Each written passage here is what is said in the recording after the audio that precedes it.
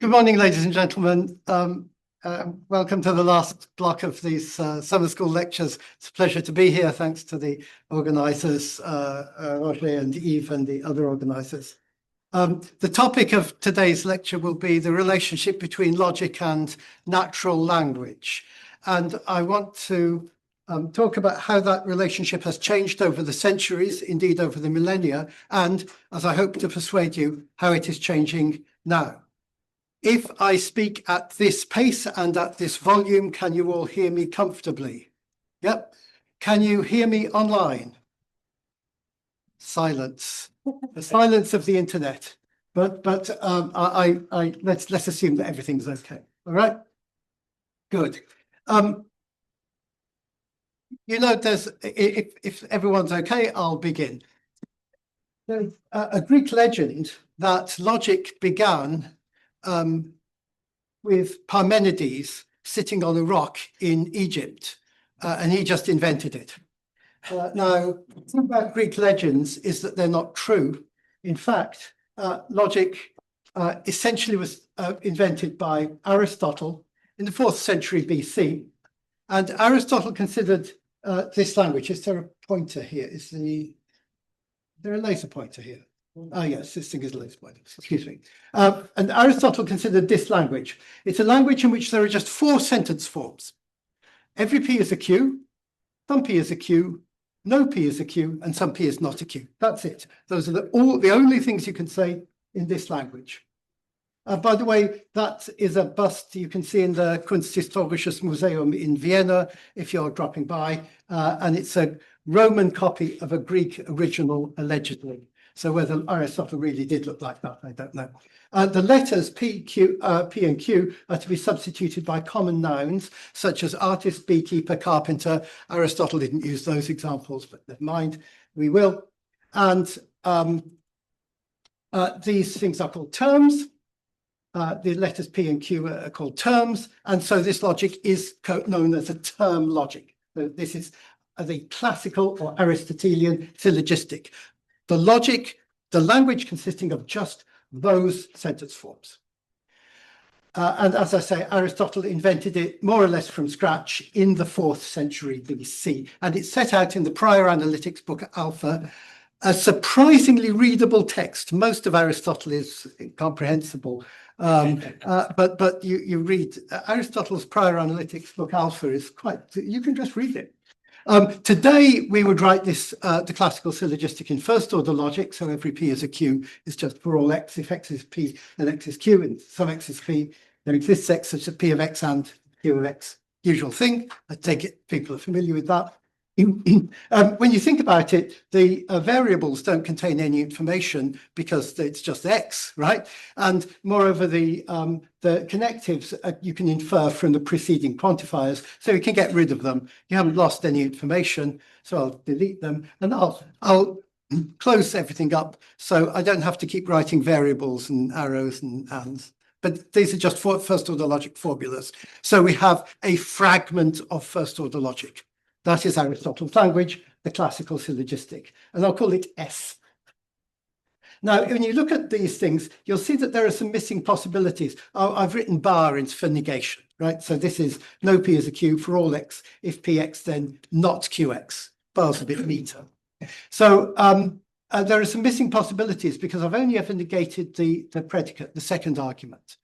Well, we could negate the first argument. We could say every non-P is a Q, some non-P is not a Q. You can't say these things in Aristotle's original language, the classical syllogistic. But there's nothing wrong with them, so we could add them. And we get a rather larger language, the classical syllogistic, plus these slightly strange forms. Every non-P is a Q, some non-P is not a Q. And that's a bit more regular from a logical point of view. It's a bit less natural. Non-P is a slightly unnatural, not really quite natural language. It's not English as she is spoken. Exactly. Never mind, it's an extended language, and we'll call it S+, the extended classical syllogistic. Aristotle considered the extended classical syllogistic in another book, De Interpretatione, but didn't do anything with them. So I won't say very much more about it. By the way, when you talk about the books of Aristotle, be careful, right? He didn't write them, right? They were compiled by Andronicus of Rhodes in the 1st century BC. So it would be like you taking notes now from my lectures, putting them in a drawer and then being published in the year 2250, something like that. Okay, so probably would make a considerable improvement, but you see what I mean. Okay, so okay. Now, what did Aristotle do? Going back to the classical syllogistic, right, without the funny non things. Right? Aristotle codified inferences in the form of syllogisms. Syllogisms are arguments with two premises and a single conclusion. And here are some examples of syllogisms. So this one says, here are the premises. If no p's are q's, right, all p's are not q's. If no p's are q's and some o's are p's, it follows that some o's are not q's. It does, doesn't it? Because if some o's are p's and none of those are q's, then some o's are not q's. Similarly, if all q's are p's and some o's are not p's, then some o's are not q's. That makes sense because if all q's are p's, no p's are everything which is not a p is not a q, and if some o is not a p, yep, okay, you've got the idea, right? So that's what a syllogism is. It's a two-premise argument, the valid two-premise argument form in the language of the syllogistic. So I'll say syllogistic for the language of Aristotle. Syllogisms are the argument forms.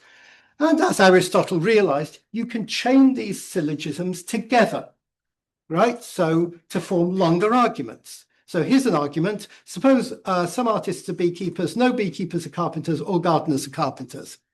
If you apply this rule, right, so substituting artist for O for artist, P for beekeeper, Q for carpenter, right? It matches, right? So we can apply this rule. We can infer that some artists are not carpenters, and if you apply then this rule, this matches. We can infer that some artists are not gardeners. So from the premises, some artists are beekeepers, all beekeepers, no beekeepers are carpenters, right? Right? That's a negation. No beekeepers are carpenters, all gardeners are carpenters. We can infer via these rules that some artist is not a gardener. That's the basic idea. So we have the syllogism, the syllogistic, using the language. Syllogisms are rules of argumentation for this language, and you can chain them together. Now, the language is finite, so there's a finite number of possible syllogisms, depending on exactly how you count them, 256. And it turns out that 24 of them are valid, and Aristotle simply listed the valid ones. Job done, right? So we know what the valid syllogisms are. Okay, so that's pretty much Aristotle's theory. Nowadays, we tend to think in slightly different terms. Oh, I'm sorry, a very important point. This is a technicality, so we need to concentrate just at this point. If big phi is a set of premises and psi is a conclusion, a formula. So big phi is a set of premises, for example, the blue things here, and psi is a formula, for example, this formula here. We'll write, and X is a set of rules, for example, these two rules. We'll write phi entails, or phi, there is I'll say it in English. There is a derivation of psi from phi using rule X, if such an argument exists, right? So this symbol here, right, phi derives psi using rules X, means that there's an argument you can construct using the rules X, whatever they are, and say the 24 valid syllogisms of Aristotle from premises phi to conclusion psi. Okay, so that's what Aristotle did. Nowadays, we tend to think in rather more general terms. We think in terms of models. So here's the example that I've just given you. These are the blue premises that I've just written out, but I've written them in English so you can read them. Some artists are beekeepers, no beekeepers are carpenters, all gardeners are carpenters. Let's think of a way the world might be. Here's a way the world might be. These are the individuals, the black dots. I've made the carpenters orange, the beekeepers pink, the carpenter's red, and the gardener's green. That's a possible way the world might be, and all these premises are true. Now, the thing about these premises is that it doesn't matter how you devise your world. Any way of devising your world in which these premises are true turns out to be a world in which this conclusion is true. Some artists are not gardeners, and you can see here that there are some artists which are not gardeners. Okay, so it's a different way. No, did anyone mention rules? I didn't mention rules. I didn't mention any syllogisms. This is a very different way of thinking about logical relationships. We consider all possible ways the world might be, making the premises true, and we notice that in this case, however you draw the world, whatever world you make up, if the premises are true, the conclusion is true. And in that case, I will write this symbol here, which means that there is a valid entailment from premises phi to conclusion psi. Any way of making the premises phi true makes psi true. So a way of making so we call this thing a model. It's a way the world might be. The logicians among you will know this so well that it's silly, but some people may not be so familiar with it. Okay, two different notions: derivability via rules of inference and validity of arguments. Completely separate notions. To gain a technical point, notice that there is a valid entailment from phi to psi just in case the set containing phi and the negation of psi, which I'll write with a bar over it, is unsatisfiable. In the syllogistic, every formula has a negation. What's the negation of all A's are B's? Some A's are not B's, yes? The negation of some A's are not B's is all A's are B's, right? So there's always a notion of negation, and it's easy to see that there's a valid entailment from phi to psi, just in case the set phi together with the negation of psi has no model, is unsatisfiable. There's no world that makes them all true. Same thing. So, okay, so now I can ask the question, are Aristotle's rules adequate? A set of rules is X. For example, the 24 syllogisms that Aristotle devised is said to be sound if, whenever there's a derivation, there's an entailment. It's said to be complete if, whenever there's an entailment, there's a derivation. So soundness means that the rule, you haven't got any bad rules. Completeness means that you've got enough rules. If it turns out that every way of making your premises true makes the conclusion true, then the rules in X are sufficient to derive it, using one of these arguments like the one I just showed you. Right? This fact is not obvious. In fact, it's not strictly true, but with a little bit of goodwill, Aristotle's rules can be shown to be sound and complete. This was first shown for a slightly larger language than Aristotle's language by Łukasiewicz and Słupecki. Słupecki was Łukasiewicz's student, and later there were a bunch of more familiar rules which looked at Aristotle's language, the classical syllogistic, as I've just presented it, in the 70s. There were formal proofs. The dates here are interesting. The proof was originally done in 1939, but Łukasiewicz's manuscript was destroyed in a bombing raid in his flat on Warsaw.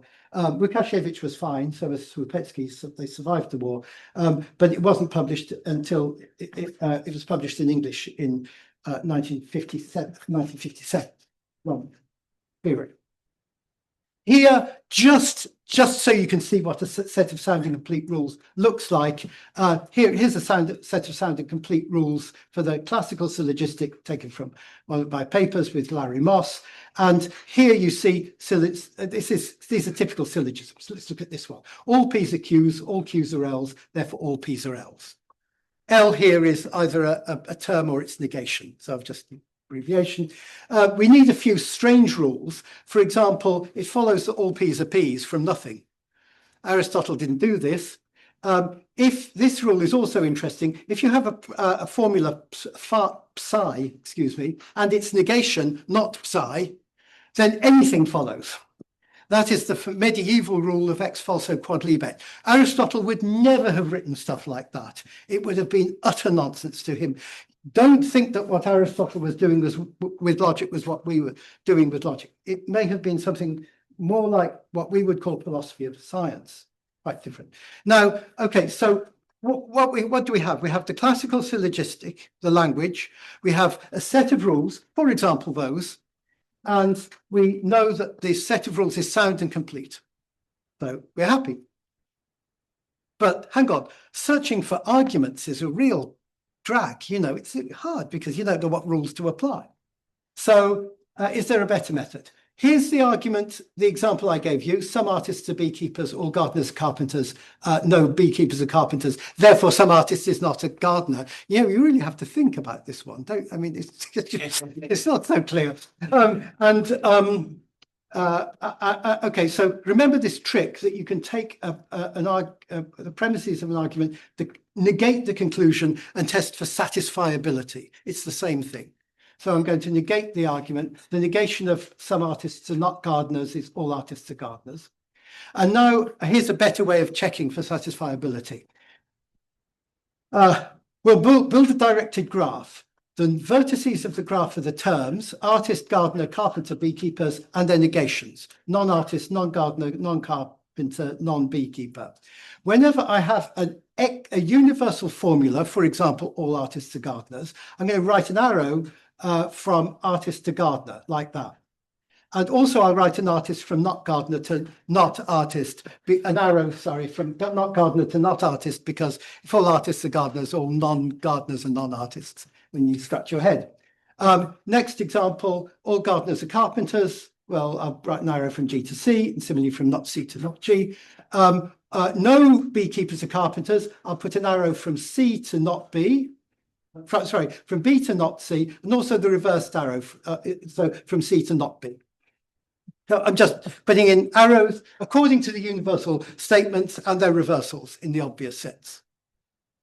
Okay, so I've got a directed graph, and you'll notice that there is a path from A to not B. So all artists are not beekeepers. Oh, look, we've got a statement saying that all artists are beekeepers, and that's a contradiction. Some artists are beekeepers, and that's a contradiction. So it turns out that this method of construction is completely correct.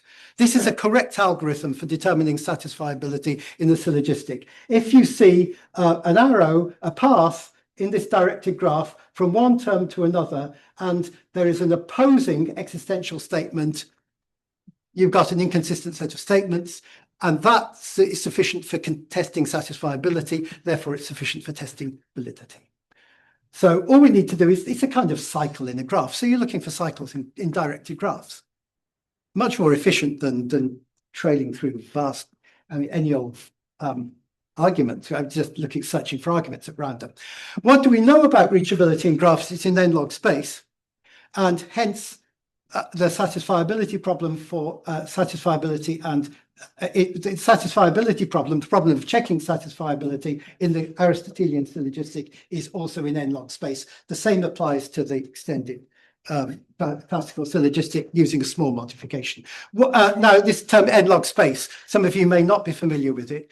N-log space is a class of problems. The problems that can be solved by a Turing machine, non-deterministic Turing machine, running with at most logarithmic space. This is a small complexity class. So if you're not familiar with complexity classes, this means that the problem has low complexity. Algorithmically, because we're just searching in graphs, it's easy to see that satisfiability in the syllogistic can be determined in quadratic time. If anyone knows a more efficient way to do it, I'd be very interested. But quadratic time for certain. Because you can find paths in graphs in linear time. Okay, so the satisfiability problems. Now, with a little work, we can do that. There's a reverse reduction. Reachability in directed graphs can be reduced to the problem of determining satisfiability in the classical syllogistic. So if you have a directed graph and two vertices, and you want to know whether the second vertex is reachable in the graph from the first vertex, right?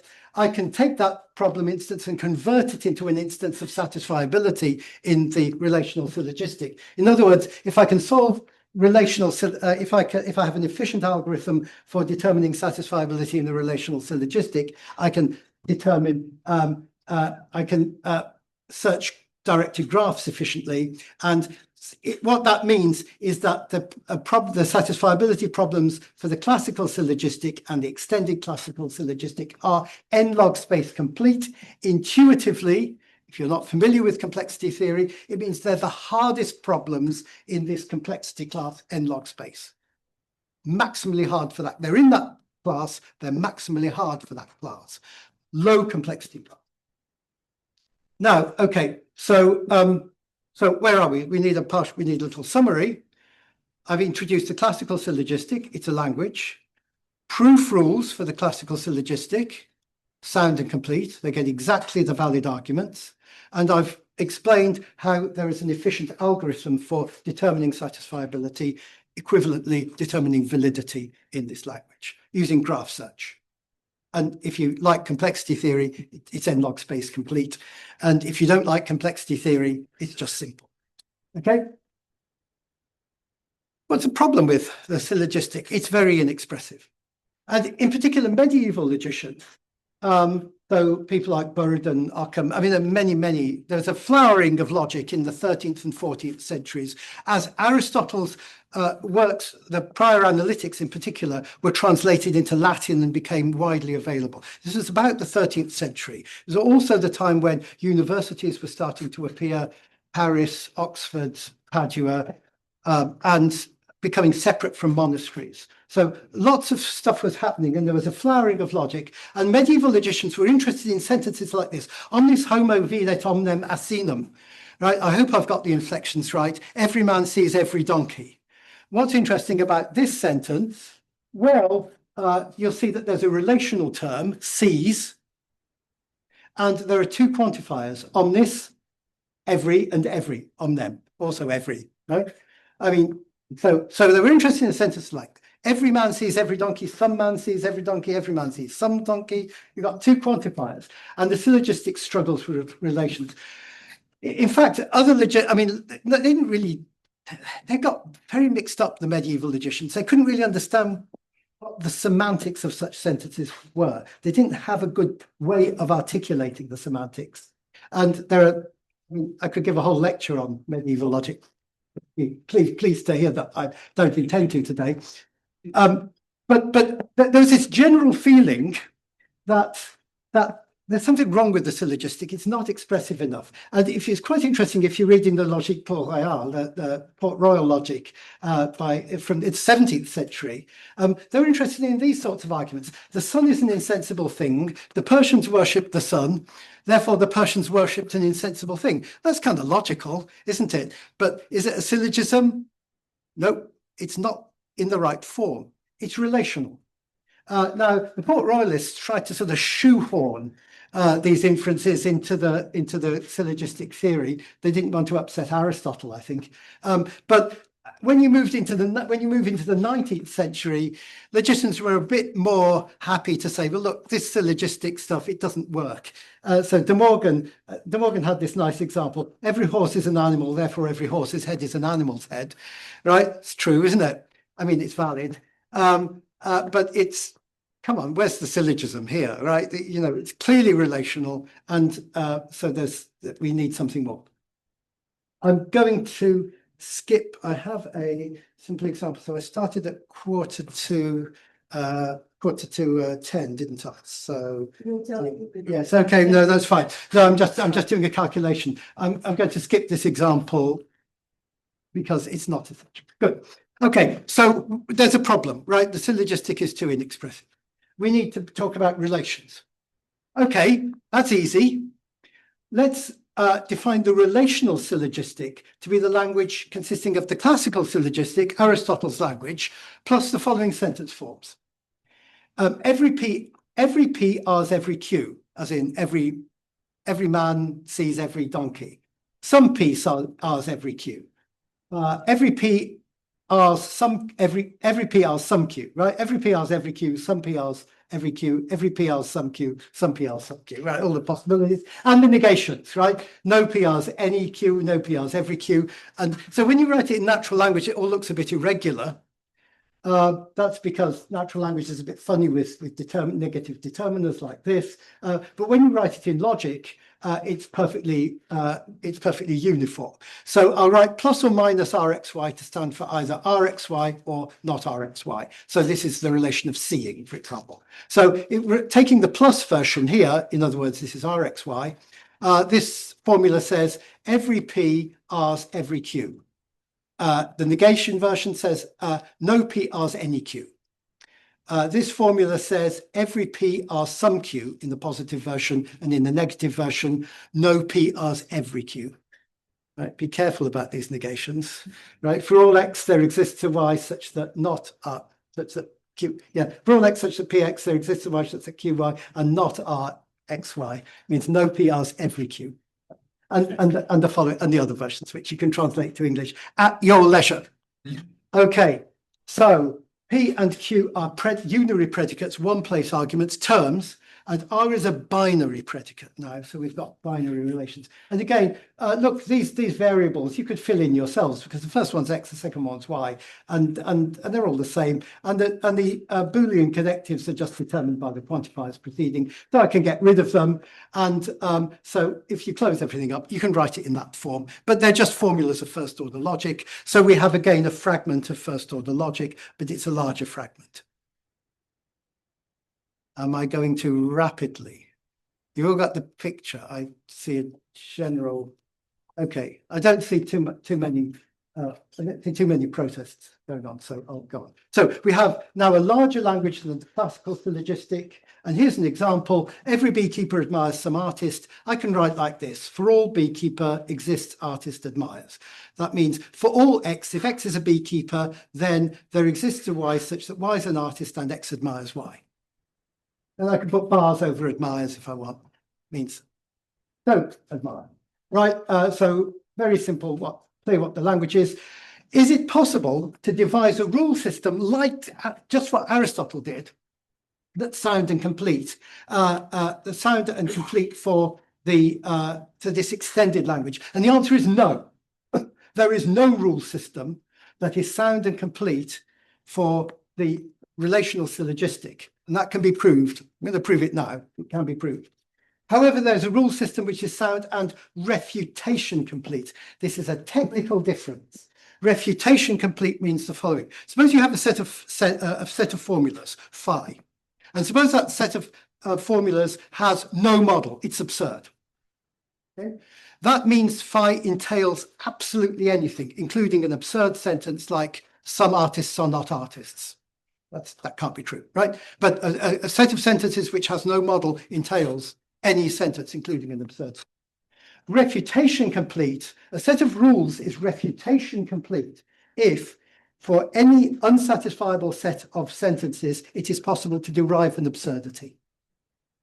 And that's just as good as completeness computationally, because if you want to know whether an argument is valid, you take the premises, negate the conclusion, and then try to derive a contradiction. And if you do, that's so computation, it's just as good. There is a small technical difference. So I'm going to just gloss over that, having stated it. Here are examples of rules in the relational syllogistic. This says every P stands in relation T to every O. This says some O is a Q. It follows that every P stands in relation T to some Q, and similarly. So you've got these sort of oblique syllogisms that the Port Royalists were sort of thinking about. Okay, and with some work, one can again analyze the problem. And so it's sound and refutation complete, so almost sound and complete, almost as good as sound.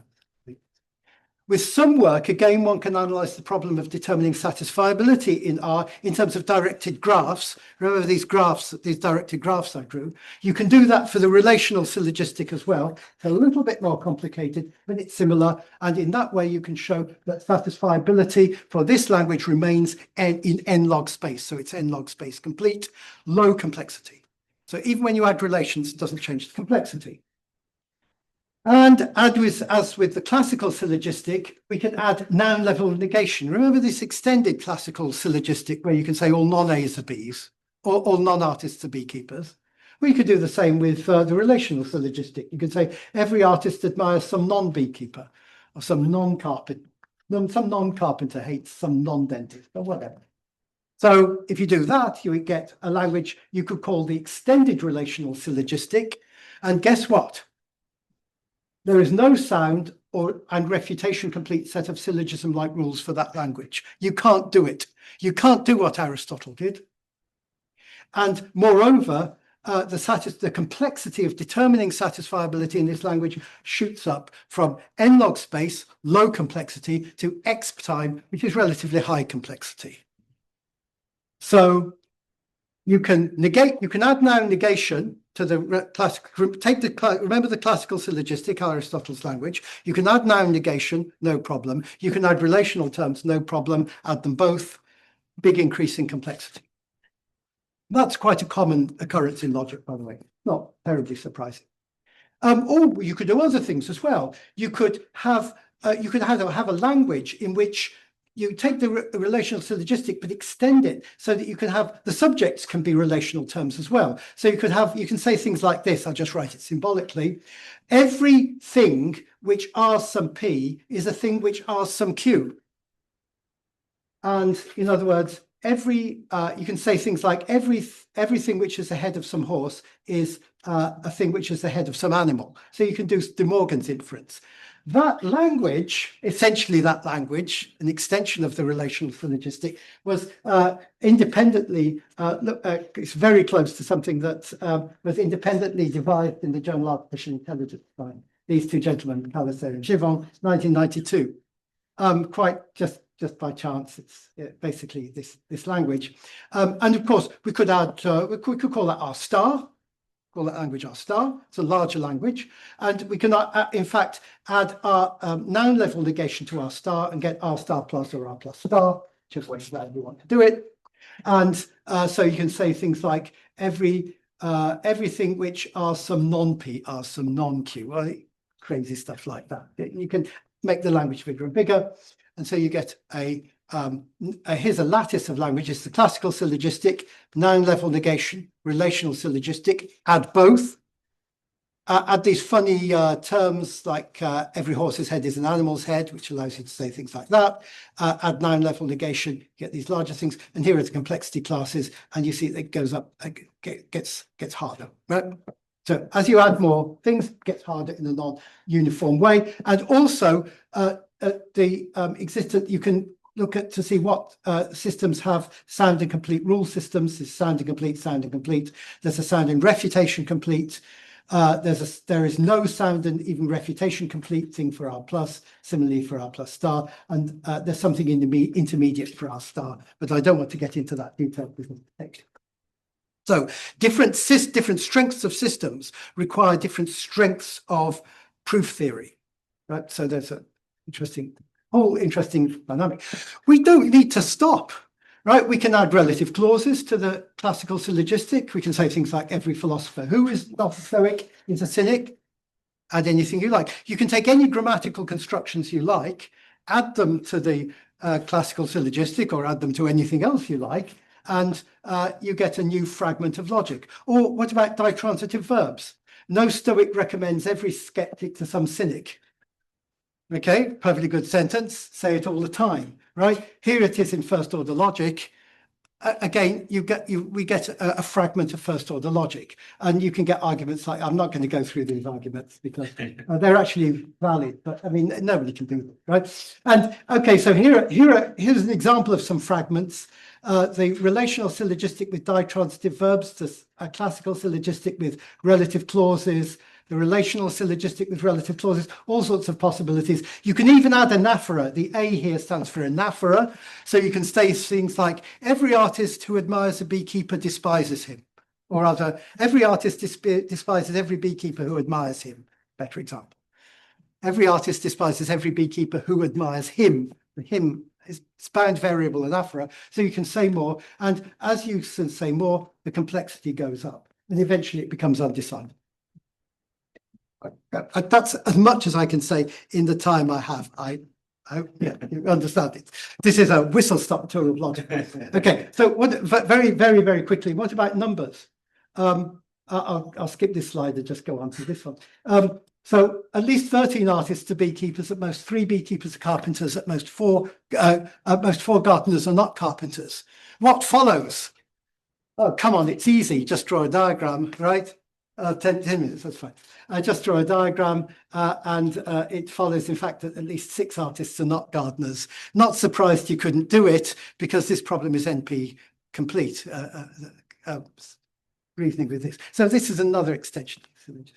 Okay, I'm just going to, so this was looked at by De Morgan in the 19th century in Jevons as well, who reduced it to integer linear programming feasibility. And Jevons was very interesting. He's known generally as an economist now. Okay, so I'm going to skip over numbers, but you've got the picture, right? You can start without the Aristotelian syllogistic and add anything you like. And we've got techniques now for analysing the effect on complexity. So I've talked about what happened in classical Greece and the Middle Ages and the 19th and the 17th century and the 19th century, sorry, 18th century and the 19th century, and some results which I obtained recently with Larry Moss. Hang on, did anything happen in between? You bet. In 1879, Frege published his Begriffsschrift. It's a language designed to formalize mathematics. It was badly received at the time. Erwin Schröder, who was the leading logician, wrote a review slating it. Luckily, this language, there were some people who appreciated what he'd done, and in particular, Russell and Whitehead. Now, this is an example I just copied from the internet. Frege wrote his formal language, his Begriffsschrift, concept writing, graphically. But you don't need to write it graphically. Russell and Whitehead wrote it just the way we write it today. But it's the same thing. And the key innovation was bound variable quantification. This is what, if you read logic before Frege, people were utterly baffled by sentences with 2 quantifiers. They could not figure them out.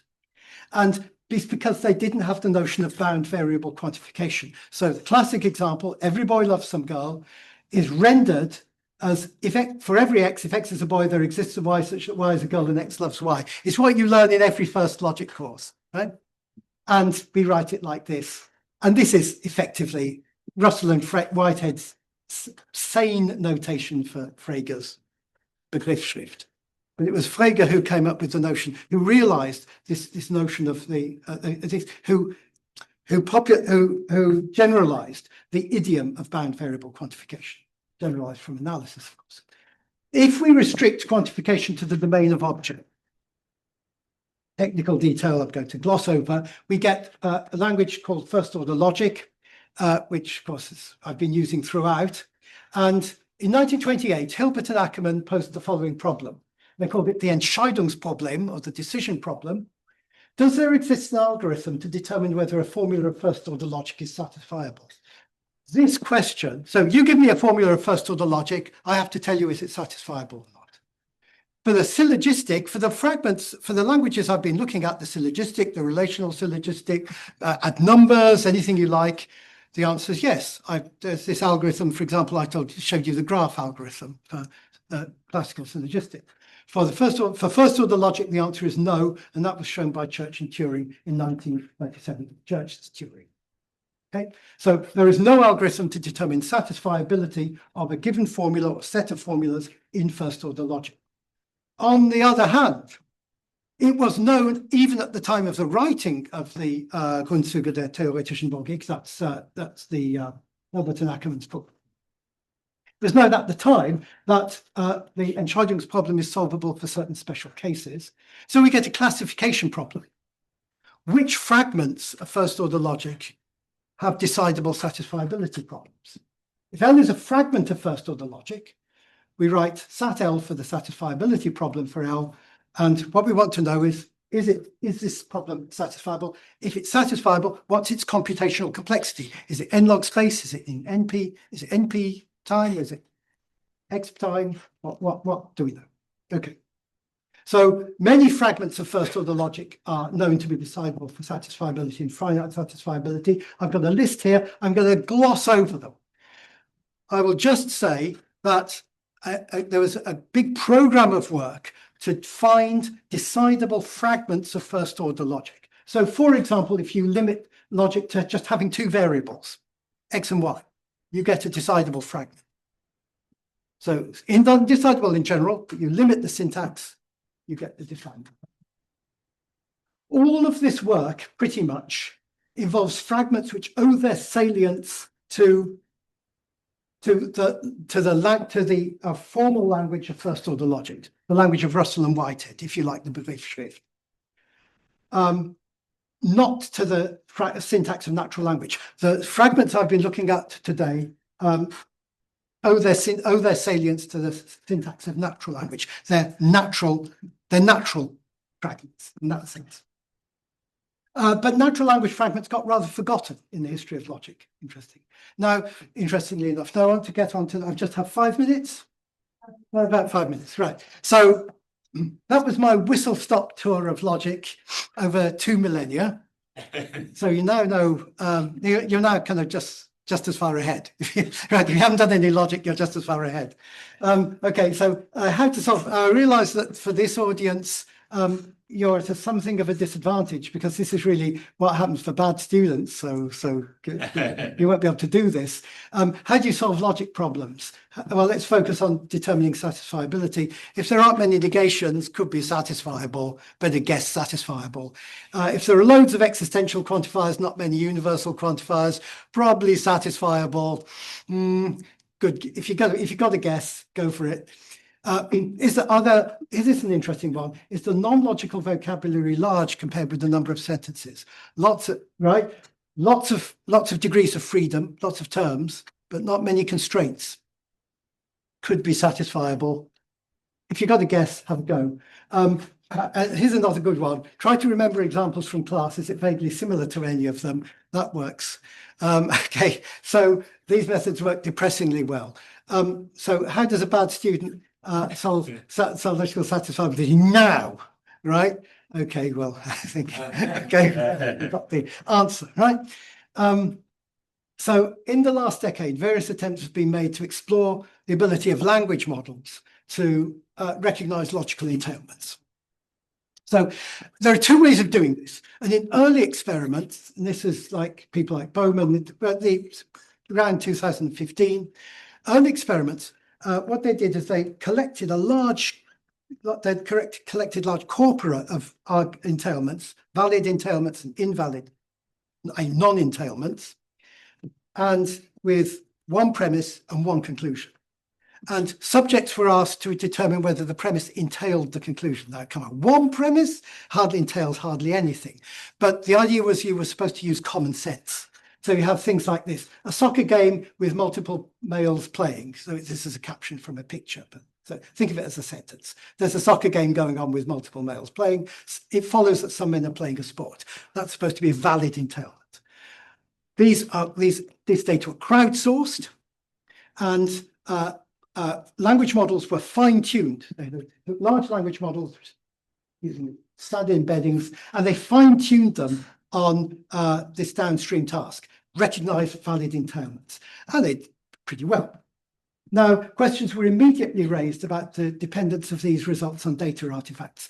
Actually, when you look at many of these examples, well, they're common sense arguments. They're not really logically valid in many cases. They're just probabilistic in character. That's fine. That's what they were trying to do, but they're not strictly logically valid.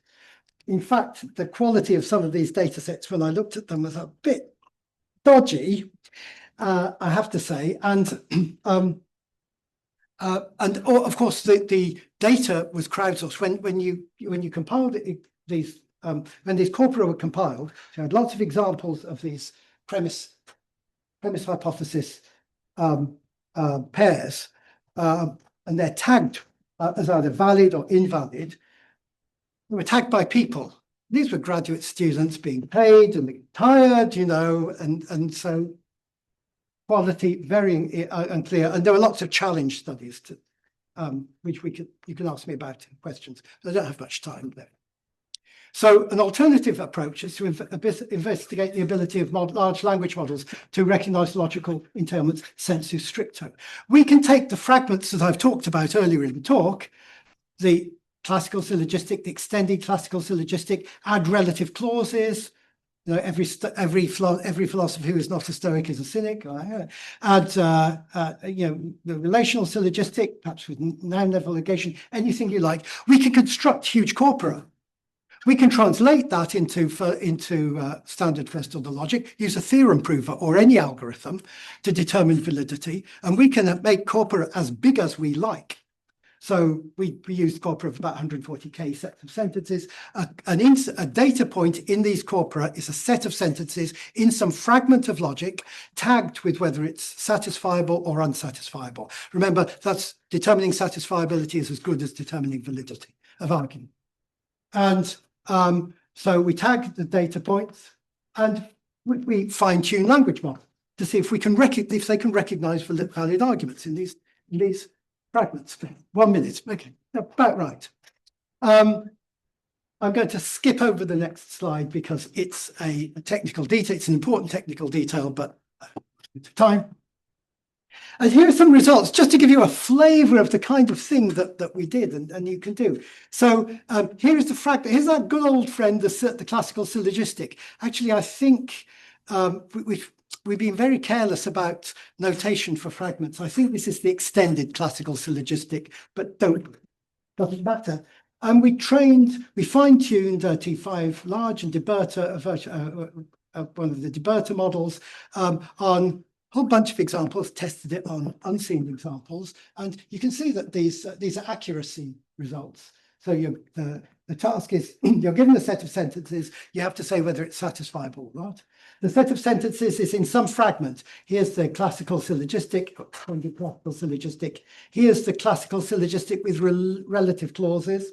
Here's the relational syllogistic, which for some reason is called V here. And here's something a bit larger than V, I think, V with relative clauses. And this is a fragment with anaphora. So every artist admires every beekeeper who despises him. And we can look at how well the thing learns. And this was done some years ago now, and it very, very good performance. Even more interesting, you can vary the complexity of arguments. Go back to the classical syllogistic. I said that determining entailments in the classical syllogistic is like looking for cycles in graphs. It's a reachability problem in graphs, like finding cycles in graphs. So you're detecting forbidden configurations. Now, these cycles can be longer or shorter. So you can do quite an evil thing. You can train the model on easy examples with short cycles and test it on harder ones to see if it generalizes. Let's have a look at what happens. And it's really quite surprising. I mean, I won't go through all of these figures, but here we train things on with cycle size of about 6, about a little bit larger than 6. And so we then tested it on various sets. So these are the accuracy results for satisfiable examples, unsatisfiable examples where the forbidden configuration was small. Here are cases where the forbidden configuration was large. And you notice when you train it on quite small examples, you get pretty good results. So, I mean, the results decline if you train on smaller examples and test on harder examples, you find that the performance declines. Of course, it declines, but it doesn't drop off a cliff quite as much as you would expect. And so the figures are very, very strange. If it turns out if you test on if you train on harder examples and test on very easy examples, it tends to get confused. So it does, for some reason, generalize from easier cases to harder cases. So this is clearly how these language models are doing this. We don't know, right? Clearly they're doing so. They're learning well. They're learning harder more complex fragments. It's harder for them to learn more complex fragments than easier fragments. That's not surprising. But they learn pretty well all of them. And there is clearly some generalization going on here. We don't exactly know how they work. We haven't figured that out yet. So let me summarize. My time's up. Yeah. Both is fun. Right, good. So I've traced the origins of logic as a tool for making sense of reasoning with natural languages. So until the time of Frege, logic consisted mainly of sporadic observations about relations between natural language sentences. That's true of classical logic, it's true of medieval logic, it's true of the Port Royalists as well. So, true of De Morgan. It's only really when we get to Frege, 1879, the Begriffsschrift, we get this divorce from natural language, of formal logic from natural language, with the rise of the idiom of bound variable quantification. It's a complete watershed in logic. First order logic, of course, the language of Frege gives us expanded expressive power, but it's a double-edged sword. With greater expressive power comes greater complexity, and a significant strand of work in recent logic, in recent decades, has been the investigation of decidable fragments of first-order logic. And I glossed over this when I got to the slide. It's a huge body of work there. Most of these fragments looked at in recent decades do not owe their salience to natural language syntax, but to the syntax of first-order logic. But there's no reason that we can't look at natural fragments inspired by fragments of natural language. And indeed, with the rise of transformer-based LMs, I think we can expect the focus to shift again towards understanding reasoning with perhaps approximate reasoning using fragments of natural language. So I think I'll stop at that point. If you've got a grasp, a general picture of what I've been saying, then you've done very well, because there's a simply huge amount of material which I've covered in an hour. So thanks for your attention. I'll stop. Thank you very much for the talk. Any question? Yes? Of course. Well, I am professor of logic in this institution. And the first course, I explain Aristotle syllogistics during the, I would say, three first classes, I would say. And then I moved to contemporary logic, as we have to do. And I moved to first order predicate logic. And I like to rely, and I want your opinion on that. I like to rely to explain the difference between Aristotle's syllogisms and contemporary formal logic, to rely on a sentence in the History of Logic that wrote Robert Blanchet. And his History of Logic, he says, Aristotle's logic is a categorical deductive logic, and contemporary logic is a hypothetical deductive logic. So according to this sentence, I think that there are limits in Aristotle's logic which depend on his ontology. I mean, Aristotle considers, I think that Aristotle considers logic as a tool for understanding how the world works. And today, I would say we up much of logic as a tool for understanding the structure of the languages that human beings use. So, for example, Aristotle was not interested in the expulso rule, because if you start with premises about things that are false, well, it's useless to understand the ontological structure of this world, according to him. So his 24 valid syllogistic forms are ways to help us learning things about the way the world is according to his ontology, to the limits of his ontology. So I would say that the main difference that occurred, I would say, since Frege, I agree with you that Frege is very important, and then it was used by Russell and Whitehead too, is to move from a study of logic as a tool for understanding the way the world is to a theory of understanding how the world could be. Yes. And according to the many uses that language can apply to. And this way, for example, if you think of Aristotle's modal logic, his modal logic concerns necessity when it concerns what he considers as essential properties of objects. and the possibility concerns what could possibly occur in this world. So what's your standpoint about So, it? no, I think it's much related to your presentation. I mean, during all your presentation, I was thinking about this difference between categorical deductive and hypothetical deductive. Okay, so I don't really want to, okay, so. Sorry, I was a No, little no, long. that's good. Let's just have something. So I agree totally, right? Aristotle did not think in terms of possible world. It's true that Aristotle gave examples of invalid, when he wanted to show that something was invalid, he gave examples. But these were all real examples, okay? And so he varied the terms. So, you know, he said, saying, oh, it's an invalid syllogism. Well, all A's are B's, all B's are C's, therefore all C's are A's is invalid, right? Example, all animals, all dogs are mammals, or mammals, and animals, it doesn't follow all, whatever it was, right? It doesn't follow that all animals are dogs. And it's not true. So all of these examples were real.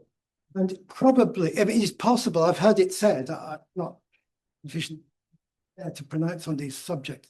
I've heard it said that Aristotle was really mainly interested in something much more like the philosophy of science. He wanted to know how logic was organized, how knowledge should be organized, right, and classified. So it's very interesting classification. Possible worlds, this notion of validity is utterly modern. However, so when the question, I suppose, is when did this way of thinking about logic come in?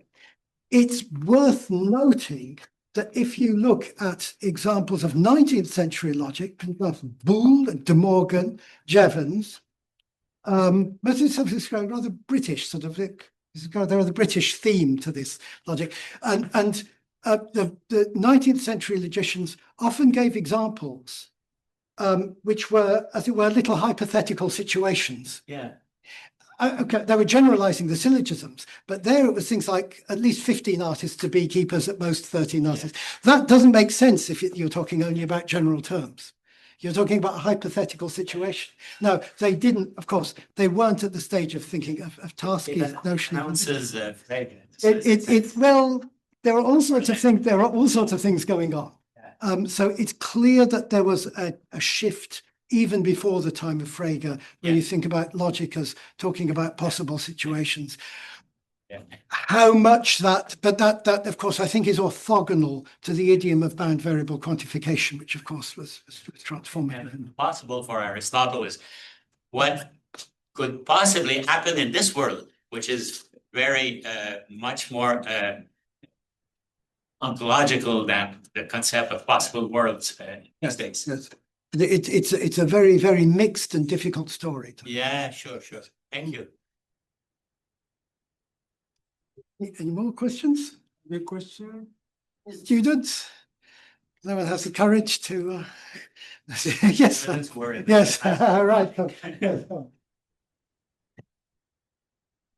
We have skipped a bit past some of the details, but what are the differences and what are the ability of the difference between the different spaces or universes? Analog space, and there was also a complexity space, and then there were another one in your graphics. Or the difference, these difference, have you seen any most of more like that, some difference in their usefulness in logic or in processual language? Okay. So this is the kind of thing you have in mind, right? So we have, this is one of the slides I showed where we have different languages, increasing complexity, increasing expressive power, as determined by that lattice, and various complexity classes. And I think the question was, what's the significance of in practice of this? Right, good. That's a good question because, look, it's very, very hard. In computer science, we don't really have any very good lower bounds, not really, on complexity. We're stuck. The best we can do is talk about these fairly large complexity classes and completeness with respect to complexity classes. So in log space, that just to note that something is n-log space doesn't really tell us very much about the actual algorithmic complexity. Now, I said that these languages satisfiability in these languages can be determined in quadratic time. It's a graph search problem. I mean, it's plus a bit, yeah? So you do a loop and a graph search. And so they're quadratic. So that's a sort of an argument, an answer to your question. When you get up to these NP time classes, I mean, just to know that something is in NP time doesn't really tell you very much about how well it's solvable in practice. And I think probably the next talk might help to answer your question there. So I think the answer to your question is, does this tell us about the practical difficulty of determining satisfiability? The answer is no. It does not very much, right? Not very much. And it certainly doesn't tell us, it doesn't give any very obvious information about how well, for example, language models can learn these things. And then we determined this empirically, and there's a sort of gradual fade out, right? There's a gradual decrease, but it's in practice very, very hard to get any very clear information. I'm afraid complexity classes is the best we can do.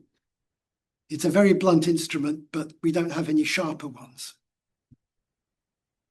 Yes, madam. Just curious, how contradiction plays a role of adding complexity or removing complexity with the problems of algorithmic inference? How does contradiction play a role in the complexity? What do you mean by contradiction exactly? Such as A and not A both exist in planet, and then you have exclusion. Oh, right. Okay, right. Okay, good. If you allow, good. So I think the question was, if you, for example, know that the premises are not contradictory, right? Does that simplify things, right? Good. We can answer that one. The answer is no. Right? In terms of complexity classes, no way, right? It's not going to. I mean, okay, look, there may be some logic where you have to be a little bit careful, but essentially no. So knowing that the premises are consistent does not decrease the complexity of logic. Question. We have a question in the chat. Oh, a chat. Oh, yes. I'm sorry. I forgot all about the chat. So Julia says that was really excellent. Thank you. My question. The basic syllogism are highly fungible in the sense that they are minimally dependent on context, including the speaker. They make sense whoever says them. But much of what we use natural language to say, of course, is much more grounded in context. You showed in a table in the slideshow how this corresponds to an explosion in complexity.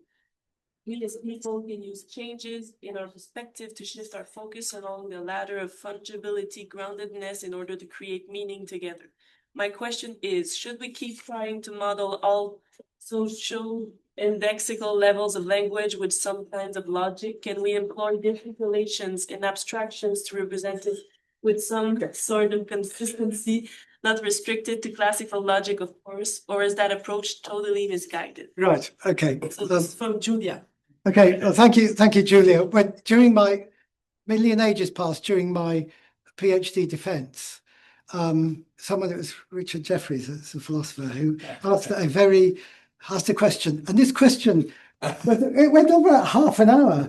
At the end of it, I said, "Could you repeat the question, please?" So I think I got the sense of the question, of Julia's question, and the idea is that the kinds of fragments I've been looking at and the kind of idioms I've been using all involve context-independent sentences. These sentences are just true in some structure or false in some structure. There's no, sometimes they mean this, sometimes they mean that. And but of course, natural language doesn't work that way.